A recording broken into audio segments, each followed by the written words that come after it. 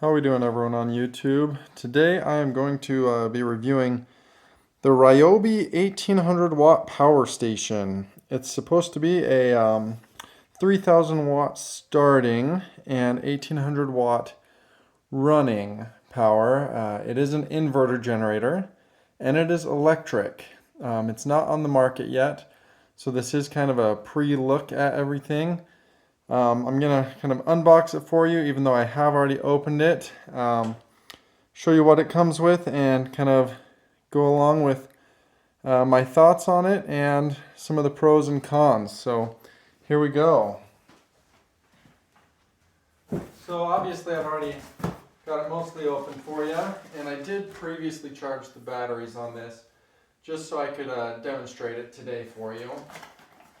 So first, everything kind of comes boxed up. It comes with two of these 40 volt, 6 amp hour lithium batteries. So I'm going to take these out.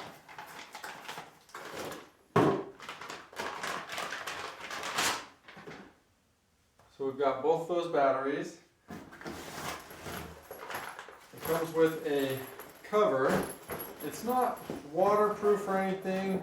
But it will protect it from, I imagine, dust or sawdust if you're using it around the utility site, things like that. And then we've got our plug to actually charge everything. The batteries, you can buy independent chargers for them. However, you can just put them on the generator and plug them in, and it will charge on the generator. So you'll notice how easy that was for me to lift out. It is very lightweight. I mean, you can pretty much maneuver it around however you want to. A couple things that we see here on the box.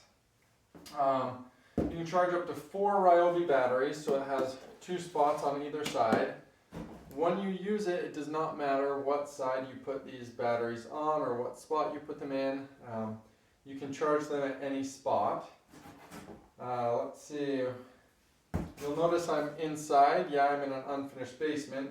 I've got a few different electronics we're going to plug into it here, just so we can see our thoughts on it. And then we can plug in 120 volt, 15 amp. There's 3 different spots for that. We have some USB Type A and USB Type C ports. It's pretty impressive. It does have Bluetooth. You can hook it up to the Ryobi app so you can follow it. And I think one of the biggest claims that it has, and I think one of the most important things you'll see, is they say it has pure sine technology. You get that perfect sine wave. That means it's okay for sensitive electronics such as laptops and TVs. I've never plugged this into a TV, so I have my old TV here. It is a plasma. So we'll see how it does with that and make sure it doesn't mess anything up. That being said, we'll put some of these batteries on here and show you a closer look at some of this stuff. So right out of the gate, one thing I want to see in the future from Ryobi is I got this in hopes to take camping or on a road trip to keep in the back of my car, because like I said, it is pretty lightweight. It doesn't make any noise. It has a small little fan that kicks on, but you can't really hear it. Yeah, I can charge all my devices, but there's a few catches about how long these different things are going to work or stay on. The only way to charge it is with the battery plugged in. Or plugged into a wall. I would like to see some kind of solar charging in the future, so I could charge it during the day and maybe run a few things at night, whether I'm out camping or just on a road trip. It would just be nice to see a few more options as far as charging. I'm going to come grab my camera off the tripod and bring on a close-up of a few of these things.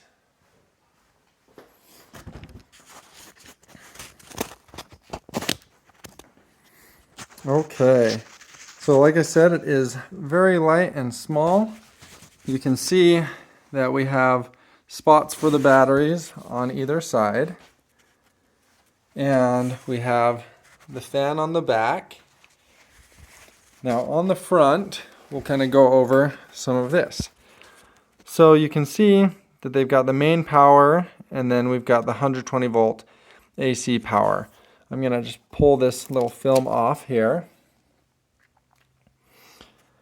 Okay, so we've got some ungrounded outlets. You can hook it up parallel if you wanted to buy another one. I don't actually know the pricing on this. Like I said, it's not available yet. We have USB Type C, USB Type A. Here's the charging port right there. It is only with their certain plug. It does have a work light. I'm going to turn that on. Hopefully, let's see, we'll power it on. Oh, maybe.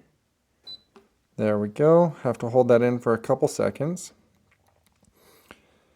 It does show you the charge on your batteries and the percentage of of the load level. It comes with a work light on it that you can dim or change to red. You can do flashing. You can change the LCD display light, so you can dim it if you need to or turn it off. And here's where you can sync up your Bluetooth. Now, from this point, you can plug in a device and charge off of the USBs. However, to use these plugs here, you must hold this button for a few seconds. And that's going to kick it on so you can use these plugs. What I'm going to do is I'm going to put this back in the tripod, and we're going to plug in a few things, and I'm going to show you how it does. Just as a side note, it did take about 3.5 hours per battery to charge. So to charge up these 2 batteries on this, I was at 7 hours.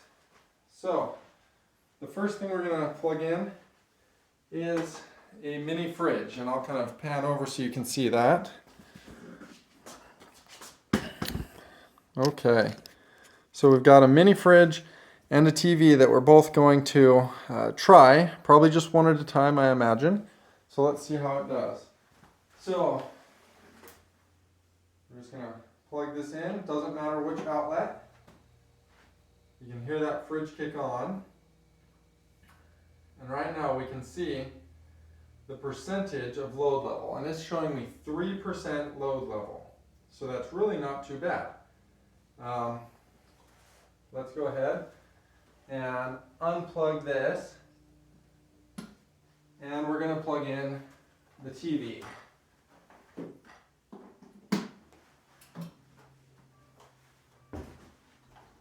Okay, so this is a plasma. It should take a little extra power than just a typical LED or LCD.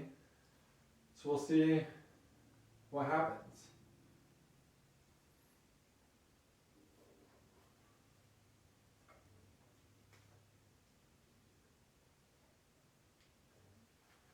Okay, we're going to just turn on a Blu-ray player.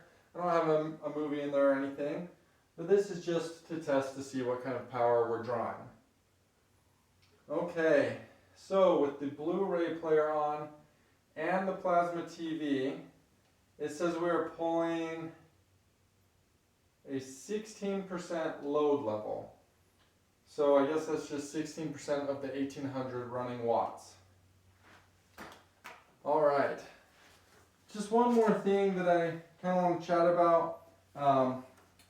Does come with a little card of a comparison. So right here, we see that they've got the 3 different types of chargers, the 150 watt power source, the 300 watt, and at the bottom here, right here, we have the 40 volt 1800 watt power station.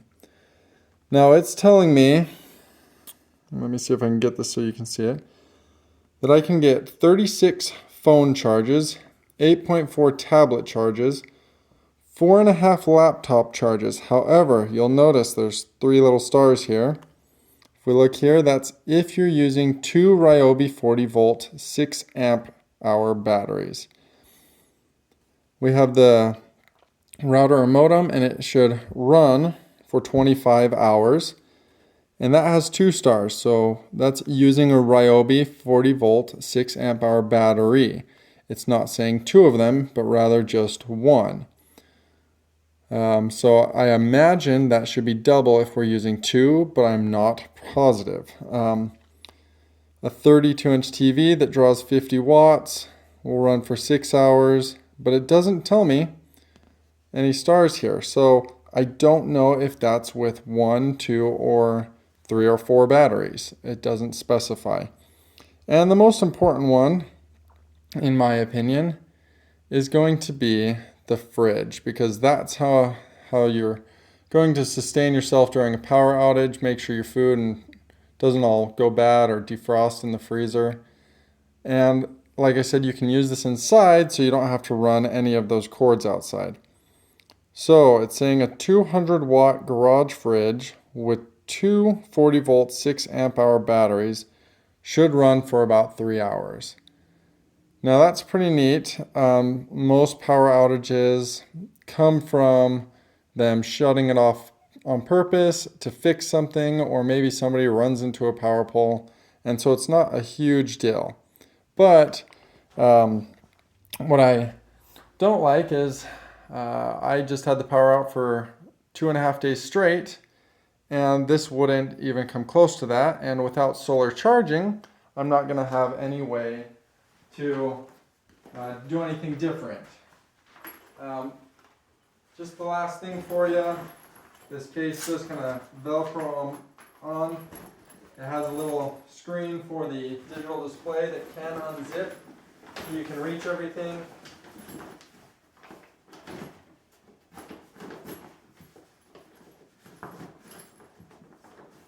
So just like that, it's got a little storage pouch here, I imagine for the charger to sit in, or any other little accessories you may have. Taking this back off, we do have a couple loops that you could put a strap on it, and then you could carry it around that way. Overall, I'm pretty impressed with it, but like I said, I would like to see the time frame for like a fridge be better marked out, what it would do with 4 batteries versus 2.